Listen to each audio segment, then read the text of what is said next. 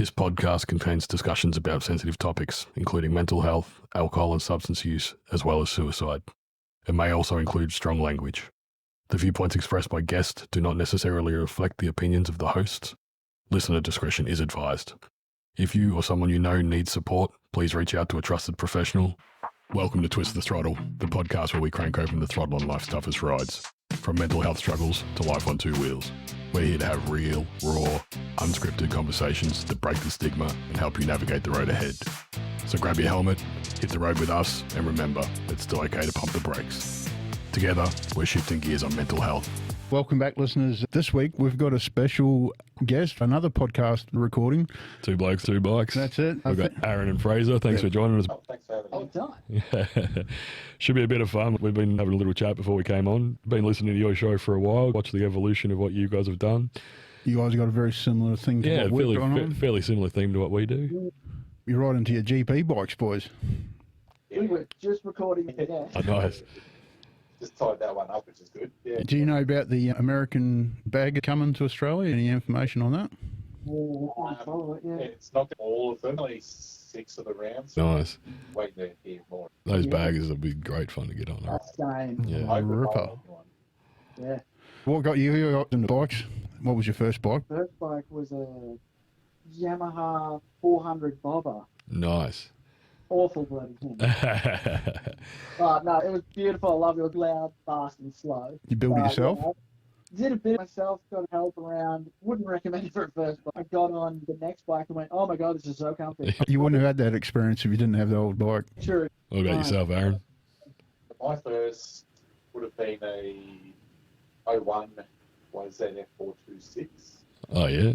I was there doing Oh, yeah, cool. And it wasn't only until recently, about 2 years ago, I got a CD 650R. It was actual road bike, my first road bike license and all that stuff. What's your first memory of being on a bike?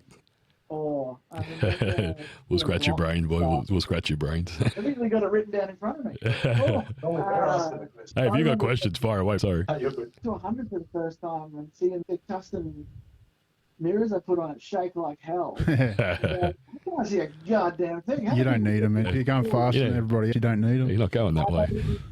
Once I've got, why are you looking behind you? Yeah. That's why I don't indicate. I think my earliest memory would be maybe 15. The group of us were all mechanics at this point. Yeah. We all had a few monkey bikes in there.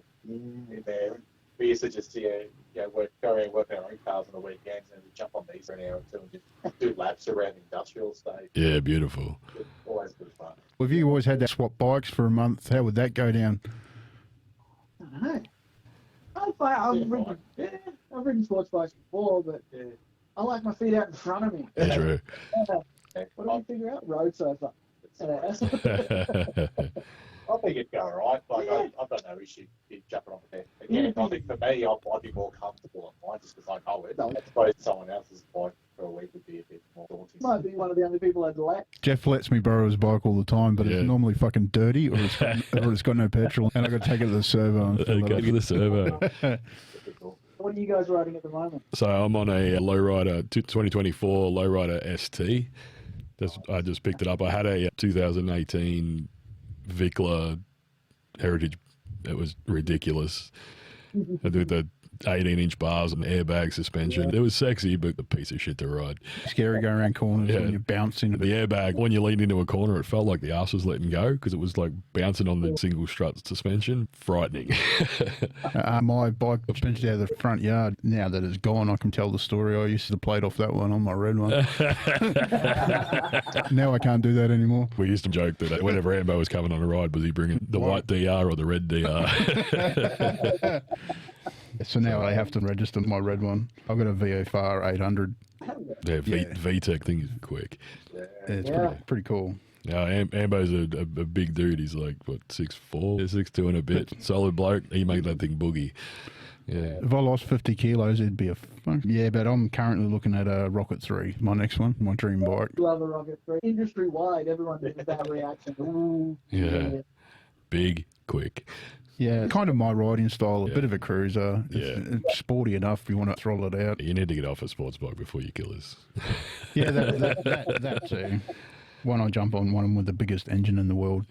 Yeah, we used to do a club ride as the pres. I'm up front, directly behind me is the sergeant at arms, and we'd get to a section, we'd call it like a dickhead section, yeah. So the boys who want to go quick up through the twisties, I'd wave my arm, and one time I did that, and I swear ammo came under my elbow. Like, it was like already leaning in. I was like, oh, fuck me, I didn't realise he was right there. Just ride straight, mate, you'll be right. I've been watching you for 10, 15 minutes. Waiting for the wave of the arm. Yeah. Tell us about Two Blokes on Two Bikes. How did that come about? Yeah, we just talk bikes. Yeah. Bike. And we should just sit down and record this, shouldn't it? Yeah. They just put mics in front of them. Because we'll be That's it. sitting there for hours. That was really good. Yeah. We've been doing episodes for about a year now. We've seen it really evolve since we started. Yeah. Kind of hunched over my office desk. It sounds like both of us are in the next room. That sounds awful. Ideas have come up and evolved. GP, we finally get to do a full GP because I'm super into that and I'm slowly learning. Slowly learning. Yeah, that's great fun. Being a cruiser riser, you'd get into the bag of bikes, wouldn't you? Yes, absolutely. And we do one-off episodes of, let's just talk about that. Yeah. Yeah, nothing's off topic. Yeah. We're just open to talking to anyone, open to talking anything. We started doing movie reviews, realizing how bad motorcycles are. What do you think of Bike Riders? We like that. Like that one too. It wasn't that great of a movie, but I actually quite enjoyed it. I think everybody that rides a motorcycle. Yeah, there wasn't much bike in it. That was the biggest thing. Bit of a story. It's a story. It's a movie, yeah. Yeah. It was Yeah, based. you open up a whole conversation about where America changed in terms of people coming back from Vietnam. Yeah. It was the start of the World War. Yeah, we did a fundraiser, movie fundraiser with that one. We booked out a cinema. No, I tried to do exactly the same as what you boys did. How'd you go? Did you raise a pretty good amount? That's a really question. Team essentially went, we're going to do this. Can we run it through you? And we went, you want to do all the work and we can take credit for it? Sure. Yeah. That sounds terrible. Yeah. I made a good reputation with the cinema. The cinema said, you need to book this many seats, and then the whole thing was yours. We had something like 40 people there. Tried to raise money for a charity called Dolly's Dream. Young girl killed herself because of bullies at school. We organised a cinema and Nobody wanted to come. yeah, it was really disappointing. Mm. We did Bikers for Bikers Down. Okay. We talked to Sherry on the show, and then, we raised some money so they can give packs to people who want to join their thing. Yeah, Yeah. cool. What's changed most about your podcast since you started? Sound quality? Probably. More confident. My confidence has gone up. Going back, if I listen to earlier stuff, I'm quieter. Okay. Yeah, definitely. Yeah, I think GP's probably taken on a life of its own because I follow them properly now. Yep. Yeah, I think our back and forth, we were talking about that Yeah. start of the year or something. You guys had never done anything like this before. This is all new. It's all pretty new, yeah. Yeah, that's pretty Bit cool. of bit of a. I mean, we've been talking motorcycles to begin with. Let's be honest. You guys have only been licensed for a couple of years, right? We hit a year in March. Still getting on the road. Yeah. Probation. They're beautiful. Always loved bikes, but only just got it under your belt now. Yeah, I Used to ride dirt bike and stuff. Yeah. Didn't ride any for a few years, and then I thought, just Buy a fast enough bike. go ride everywhere. They're beautiful, man. I'm very similar. I'm on the bike every day. I'm Rain or shine. I'm a big wuss. So I like my heater on the way to work at 4. That's true. You do start. No one on the road, mate. Once I got a Rocket 3, I'll be riding it. Out of all the episodes you've done, what surprised you the most, or what nearly didn't happen? That's a good question. I'll let you in on the secret, mate. Will you chat GPT a lot of questions? Did that for the naming. Naming the damn thing is hard enough. Yeah. Okay, that already exists. We're going to call it throttle therapy, but that is everywhere. Yeah. Because along the same lines as you guys talk about mental health, talk about bikes, I've learned a lot doing history episodes. Yeah. I don't know. It's been- Didn't mean to stump you. You're doing well. We try and keep our conversations. We have some questions in the background, like if conversation stalls or anything like that, so we can keep it rolling. Yeah.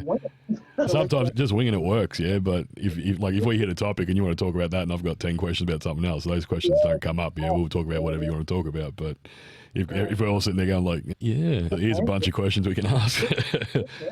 Yeah, we delete dead air and ums, and that's about it. Everything's just That's it. thought for a while. So you guys do a lot of your own editing. You got any? You cut a lot out, you reckon, or what? Just the stalls. Just to quiet. Some arms, Yeah. some beginning and end stuff. Yeah. I'm used to talking to people face to face because I'm a trainer, so I stand in front of people and talk all day. I always make the joke, I talk for a living and then I talk for a hobby, so I just talk all the time. But if you're talking to someone face to face, you're always like, oh yeah. Like Ambo sits there editing our stuff. He's like, just shut up. Let him talk. because I do the editing, I learn to shut the fuck up and don't go yes and no. You're going to have to beat 48 years of life out of me to get that. I'm sorry, mate. Now, there's an art form back and forth, and there's an art form to interviews as well. Yeah. With, he's making it easy, but yeah, there is a real slick to making it everything and punching the right words and the right questions at the right time. Definitely, there's an art to it. Don't hide anything. There'll be some stuff where we're like, well, screwed that up, let's try that again. Yeah. We're just cut that bit out, but I'm fumbling over words going, wait, the guy with the face? None of this is making sense. Making the brain work even harder. Do you boys edit your stuff? I do a lot of the editing. Now that we got into video, I'm focused on trying not to move too much because when you cut a lot of out, their arms are in a different spot and it's very noticeable. Yeah, it stands out like crazy. Yeah. Well, stand up, sit down. Oh shit! Hang on, what happened there? Yeah, toyed with the idea of going YouTube a few times.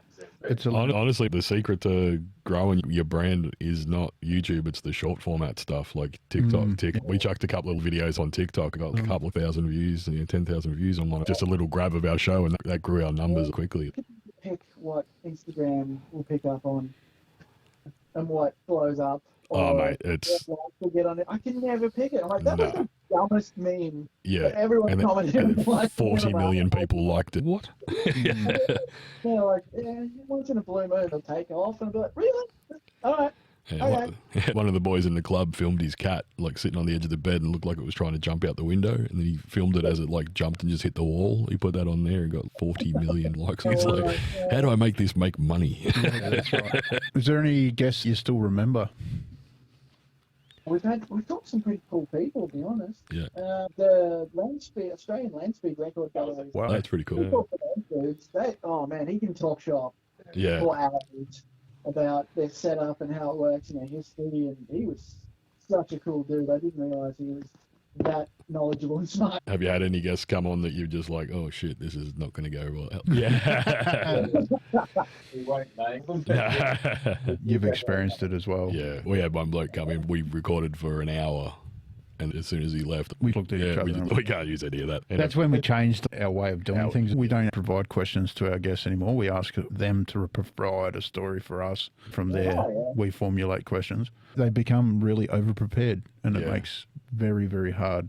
Yeah. Yes. We have had a few people too like that, where we're like, all right, interview time, we'll ask questions, and they just run off and leave the show. That was nice. They just want to talk about themselves a ton? Didn't actually say it. Oh, yeah.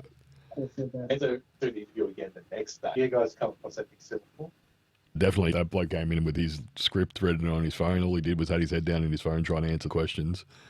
Yeah. We're like, mate, we're trying to have a conversation, and he was like reading the next answer and like hadn't actually listened to what we asked. You know, and I was like, dude, yeah. VP was the same. We had to get him a second time. One of our really good mates, the VP of our club, most charismatic bloke you've ever met, stick a microphone in front of him, he clammed up. It was like, okay, that wasn't expected.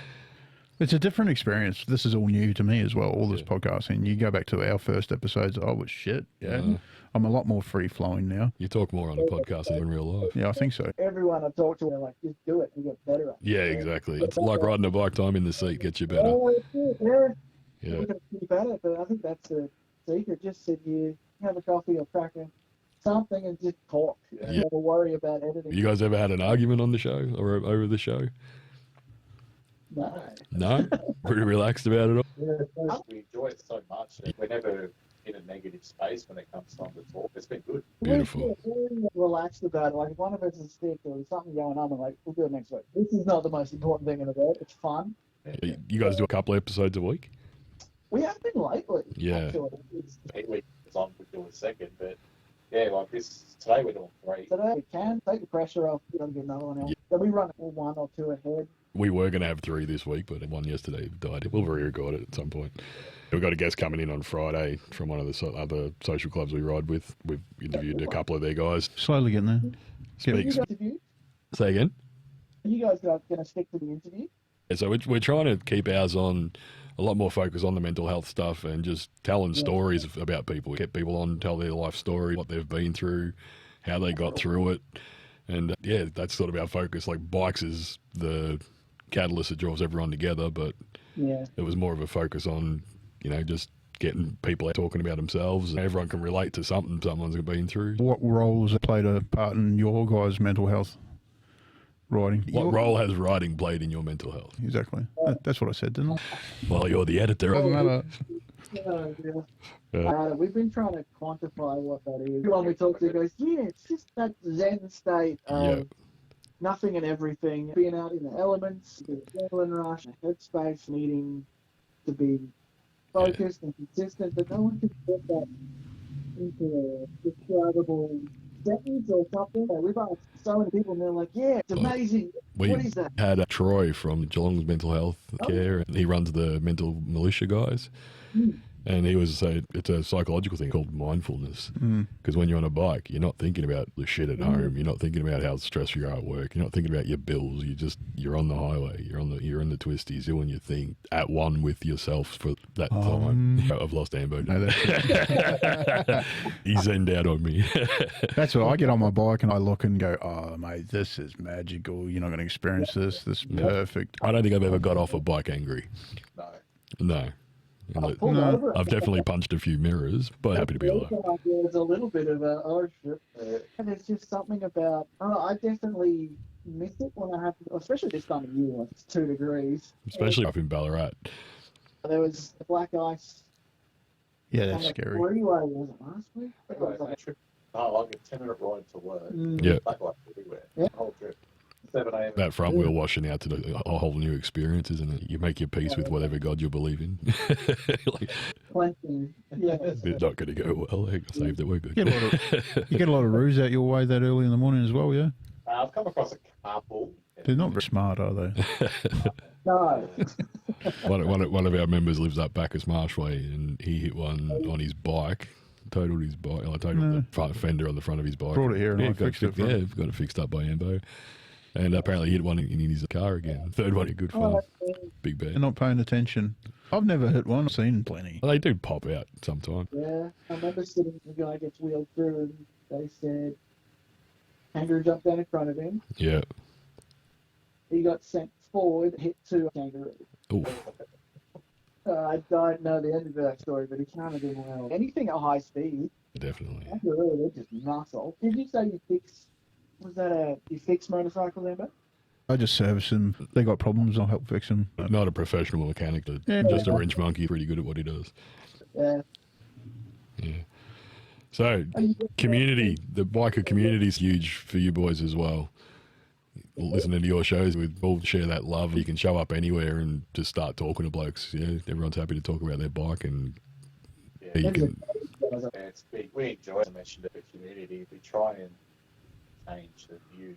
Because down here, like a Bandito's club down there, we roll through town and everyone sees that. They kind of still got that mentality of what bikers are. Yeah, definitely. We get out in the community. Do good shit. Has anybody come up to you and said, thank you very much for, I really needed to listen to your podcast, you've done, I needed to hear that?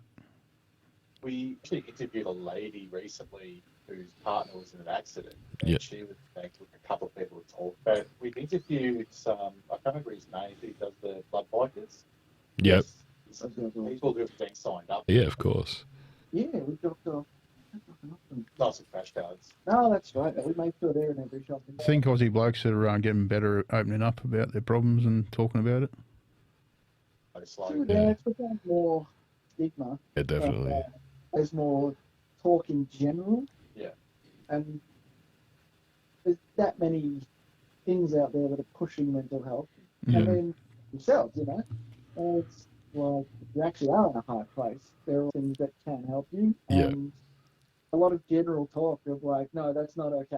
Yeah, being in that place let's talk about it or let's do something rather than, yeah, mate. One of my favourite ones is what one comes to mind first?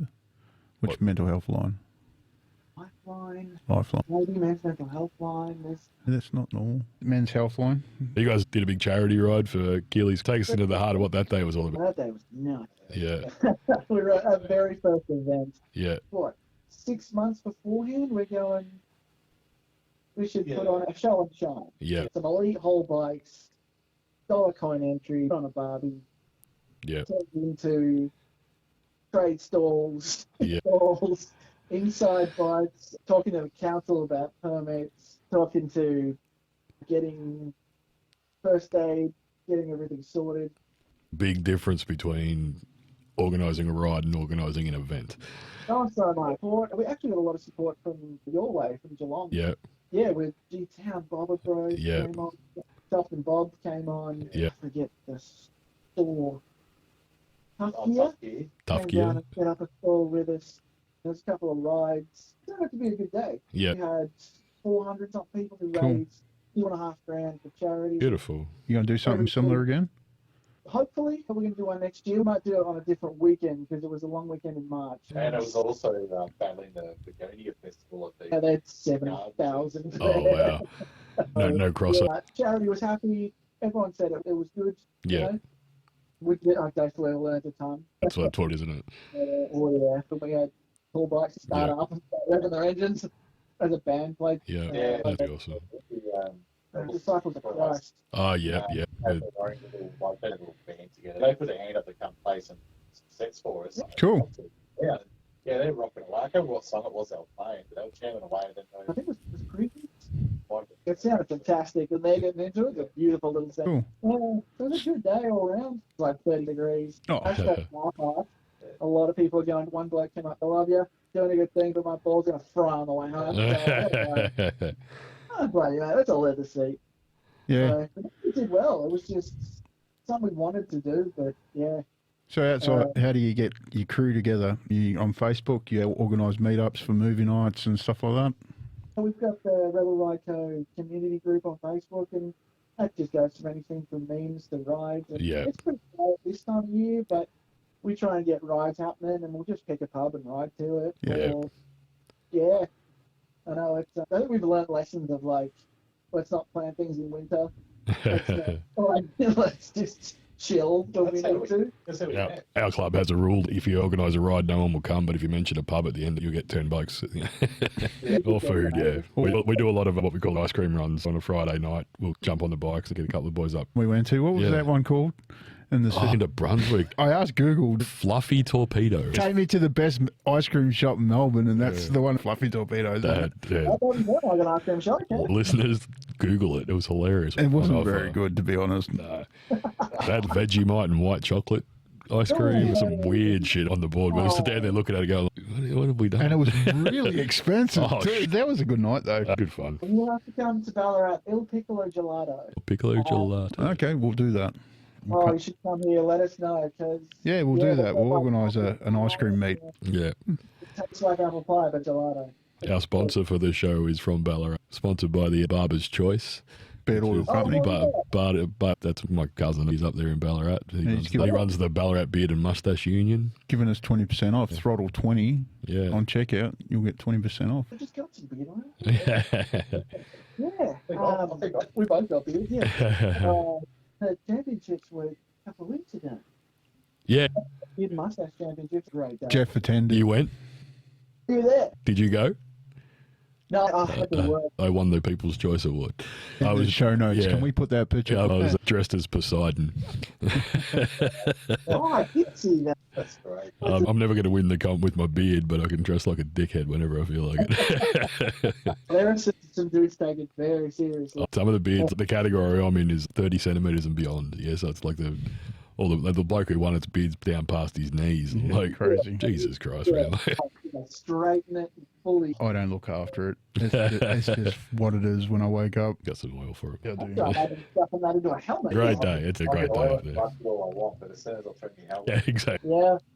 Every time I get off the bike, I've got the best beards you'll ever see. What would you love to see more of in the Aussie moto scene?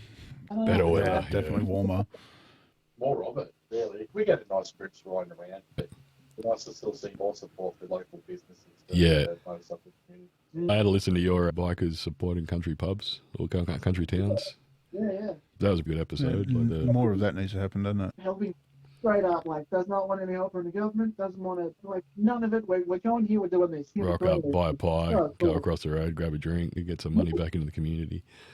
Awesome. Yeah. Like, yeah, fine, guys. It's pretty easy, small country town. We got a pub, let's do it. Yeah. Trying to take an hour round trip to get there. It's probably 5 minutes away. But yeah, it's an easy. That was how we started the group. Actually, the idea was doing a country pub run. Have some lunch there, have a drink there. Meet a local, talk about a petrol station. You started a group to be like, I've got a motorcycle. Have you seen the group on Facebook, Country Pubs of Victoria? Yes. Yes. That's one of our members. Okay. Nice. Yeah. So he loves it. He gets out on the bike every weekend and has a palmer at different pubs all over. He gets about. Find pies and sausage rolls. I'm going to tell you, Heathcote. That's the second time they've got a plug on the podcast. He's still talking about it. Their homemade sauce was delightful. If you guys got a dream event or a collab, what would you kill to do? Oh, man. That's how we started doing an event. We have way too many ideas. I'd like to dream ultimate goal. Yep. Along the lines of MotorX, but motorcycles. Oh, yeah. So, yeah, just a huge. So every brand represented. Yeah, got all the brands here showing off their new stuff in the fields. There's enough custom shops around Australia you could get something like that going, but getting them all together would be... That's the one. That's the headache. So, we had a guy coming down from Queensland who didn't... We had a few that were genuinely... keen on it.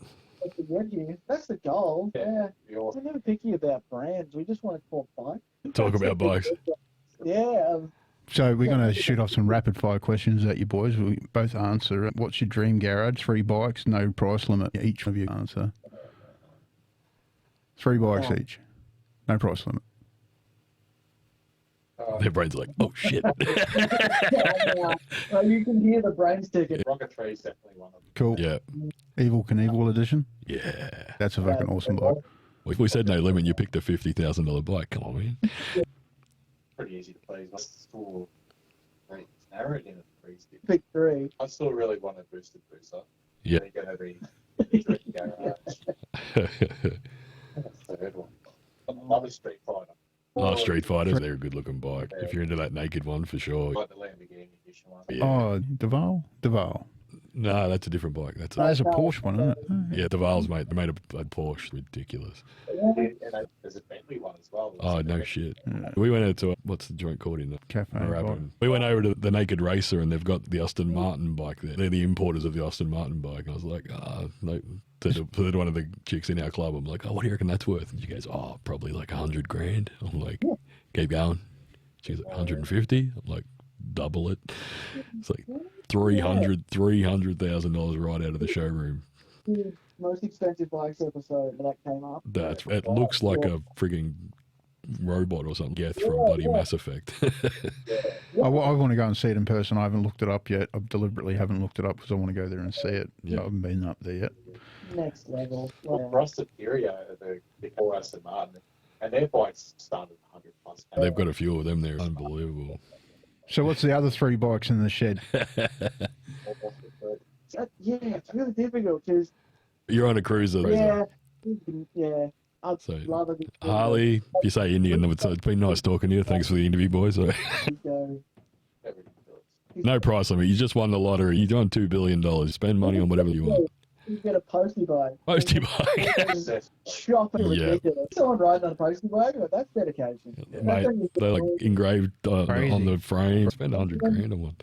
See, but I'd go crazy in a Post Suzuko bike. Yeah. Like, get one of those that's got a gigantic King Queen seat on it. It's the only one in Australia, I reckon. Maybe the everydayer would be a big Indian clapbagger. Thanks for coming on. Roger will be happy. So who's the better rider out of you two? I'm the only one that has a slip. I was going to say, there's no question in this room. Ambo blitzes me. Richard, you haven't come off. I haven't come off. Oh, it's good. Keep that one up for sure. Yeah. So, ride playlist. You guys play music, or are you silent? You got comms in your helmet? I had to have Bluetooth for a while. Yeah. Yeah. I love having tunes in the helmet. I think you can hear your exhaust. What music do you cruise to? Everything. Yeah.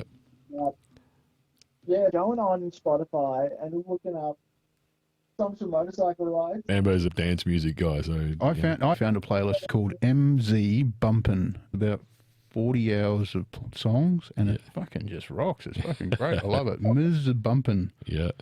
The playlist of songs Twist the Throttle came on the other day. Yep. And it's just like punching down a gear and revving through it. Just as you got a build into a chorus. That was I think Slipknot's nearly cost me my license a few times. But just to have some big like ballads going on there. It depends on your mood, right? Yeah. Absolutely. You're probably not listening to Enya and the Twisties. There's a big difference between the silent ride and the pumping music ride. Those are very different. Yeah, most overrated bike, boys. Oh, you're not going to like that one. We're going to talk about Americanism. I think we're both in agreement. I say with my Harley, mate, it cost me $1,000 to walk past it, and that's if I don't start it. It's cost that's our money too. My Yamaha gets the Yamaha Harley logo all the time, and I'm like, it's on the road. Yeah. It's reliable. But there's definitely a few Harleys I would happily own. I'm going to say probably my favorite. Absolutely. I'm not going to argue that. Ducati, maybe? Yeah. Yeah. To a lesser extent. All right, last question on the rapid fire is dead or alive, one ride, who, where, and why? I'm looking at a TT poster room, and I'm thinking if I get Guy Martin around that circuit, Yeah. or Hickman, or any other Just why not? Anywhere. Yeah, around that circuit in the Isle of Man, 2 sport bikes. Yeah. There's a lot of wood to get that happening. I'd love to go to the Isle of Man one day. That'd be amazing. Absolutely amazing. So, All right, to plug an event for you boys, coming up on the 15th of November, the Ride for Heroes have the racetrack at Calder Park booked out. So they've got the track for the day. It's pretty much a sign every wave if you come off, crawl home. Yeah, that'd be a good event to get down to. Not that far for you boys either. A couple of dates for your calendar. Chuck at 15th of November and the 25th of October. 25th of October, our club's running the ride, so be there. Yeah, we haven't announced what it is yet, but keep that date free. Okay, cool. Yeah, if you're there, then promote the hell out of it. Absolutely cool about that. Yeah. We started, when we first started doing this, we started naming every ride out there, and it'd take us 10 minutes. You're on Facebook, look it up. Yeah. Check out the page. We've been doing this forever. We'll share it. We'll promote it. Absolutely. Hey, you're officially invited now, mate. How about this one, boys? Build your ultimate bike night. Pick a venue, what bikes you'd have there, food, people, the vibe. What would you actually love as the ultimate? I can see your brain ticking over. We just did, AMX did bike night in all the stores, but they have that American barbecue. Yeah. Third wave. Yeah. Third wave. If you're up for a scoot down to Geelong, get Armstrong's Texas barbecue. It's in Armstrong Creek. Went last weekend. Little pricey, but it was a food good. Yeah. They do barbecue really. Smoked meat. Any type of smoked meat. So meat stock with bikes. Who wouldn't love that? You guys have the meat stock up there now, don't you? Or is that Bendigo? Yeah, Bendigo. It's not that far, yeah. It was their first year, ran out of meat. Yeah. That was ridiculous. It's pretty good now. They would spend a couple $100 easily because everything's 20, 30 bucks a serve. It's a skewer. I went to the Armstrong meat joint and had a platter for 4 by myself. I'm a family of I'm a family of 4. What's one thing the motorcycling has taught you about life off the bike? Ooh, that's a good one. Thanks, Jetchip. people pull out. Oh, yeah. Yeah. Trying to do the thing. Don't wait to do the things you want to do. I had this conversation the other day about how it takes 120 hours to get your car license. I reckon 10 of those hours should be sitting in the cab of a truck to see how much a truck needs to stop and all that sort of stuff. And I reckon that should include jumping on as a pillion on a motorbike to see how vulnerable you are. People would be more aware of trucks and bikes. Yeah, like I've driven semis, I've driven cars, I've driven bikes. So on the road, I kind of think I'm pretty aware of what's going on around me. Yeah, like, I like that, Jeff. That's good. Yeah, absolutely. Oh, just in general. Bloody cages. I keep saying you hate traffic and car drivers. Yeah. Right. If you're on a bike, you hate cars. If you're in a truck, you hate cars. If you're in a car, bike, or truck and see a push bike rider, we've all suddenly we're friends.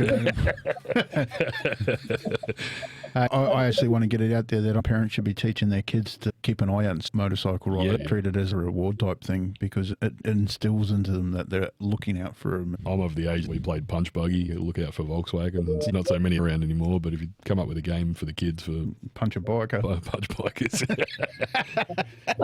Not a great idea. Yeah. Take the helmet off and the kids are like, oh, can I sit on it? Look at Jeff always lets all the kids bloody rev bomb his bike. Yeah. Let them sit on it and rev. Big loud Harley sounds great. They love it. Yes, loud pipes are always a go. I've had parents go, okay, let's not talk to the big angry bucket man. I'm like, I will let you both sit on it, kids and stuff. But, it's funny. That'd be fun. So you guys are building a legacy. What type of legacy do you want to leave for two blokes on two bikes? Just the community inclusion, and we're open to talking to anyone about anything. Yeah. It's more about motorcycles, but it's more about people. That's great. The positive spin on a part of society that gets the wrong end of the stick most of the time. Yeah. The stigma around bikers is there for a reason, percent. Yeah, but we can, I find the good side almost against it, but where, however you look at it, be that positivity. I found, just me personally, but most groups that look angry and mean and tough are some of the nicest people in the world. Absolutely. You know, at face value, you wouldn't want to meet any of us down a dark alley, but yeah. We're the first to help in any capacity. Absolutely. Yeah, that if anything, and I'm just up for a good laugh and talk about bike and kind of shit. All right, we've monopolised your time on this interview. If you were hosting us, what would you do differently? Honestly, this is about how episodes go. There's no, so, like, the worst thing you can have is, like, dead air. Oh, yeah. And then the extreme other end of, cool, you've been talking about yourself for 45 minutes. Number two, we've had that. You're doing fine. You're not pretending, not amping it up for likes. You're just being yourself, doing your thing. That's it. Beautiful. And as we start, we're putting mics in front of ourselves. You're doing that. You're doing just fine. Is there anything we haven't covered that you guys would like to talk about? No, you guys are from Geelong. More Point Cook Hoppers. Where Geelong? Yeah. What? bit closer into the city. Right. Yeah, I mean, how's the bike scene around where you are? How's the bike scene? Pretty strong, actually. It is pretty strong. We've got quite a few. We're part of our social club, obviously.